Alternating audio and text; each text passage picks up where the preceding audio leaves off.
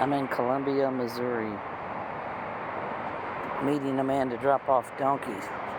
And I park at my hotel, and on the other side of the fence is a homeless camp under the interstate. That's so sad.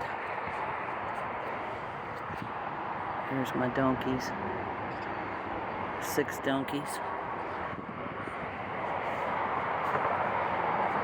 There's a homeless lady right there in through the bushes.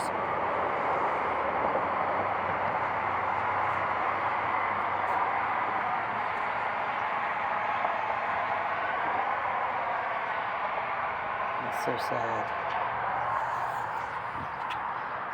There's my donkeys. They're all happy. They got a whole roll of hay with them.